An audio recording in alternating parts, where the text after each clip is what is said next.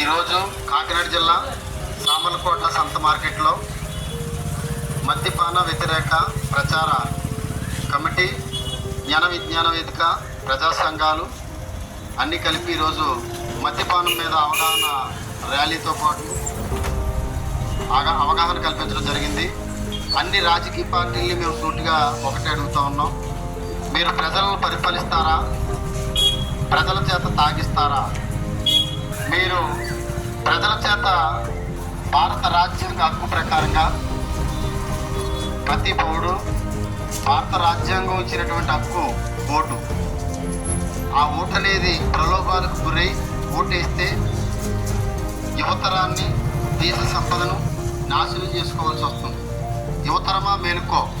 మీరందరూ కూడా మీ దగ్గరికి అనేకమైనటువంటి రాజకీయ నాయకులు వస్తారు, ప్రలోభాలకు భావిస్తూ ఉంటారు.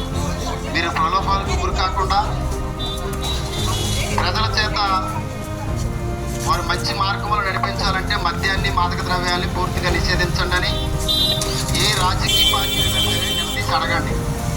నిలదీసి అడిగి రాజ్యాంగం ఇచ్చినటువంటి స్ఫూర్తితో ఈ ప్రజాస్వామ్యంలో ఓటు అనేటువంటి హక్కు ద్వారా ప్రతి రాజకీయ నాయకుల్ని కూడా అడిగేటువంటి హక్కు ఉంది. ఎందుకంటే యువతరం పాడైపోతుంది. మద్యం వల్ల అనేక కుటుంబాలు చిన్నపిన్నమైపోతూ ఉన్నాయి. ఆ మద్యం వల్ల అనేకమైనటువంటి వ్యాధులు సంక్రమిస్తూ ఉన్నాయి.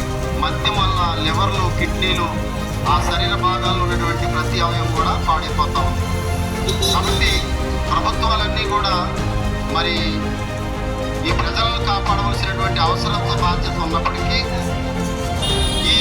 ఈ యువతరాన్ని నాశనానికి పోయేటువంటి మార్గంలో ఉన్నటువంటి ఈ మద్యం, మాదక ద్రవ్యాలను నిషేధించాలని ఈ ప్రజలే ఓటు ద్వారా బుద్ధి చెప్పాలని మీ అందరికీ కూడా అవగాహనగా తెలియజేస్తూ ఉన్నాం.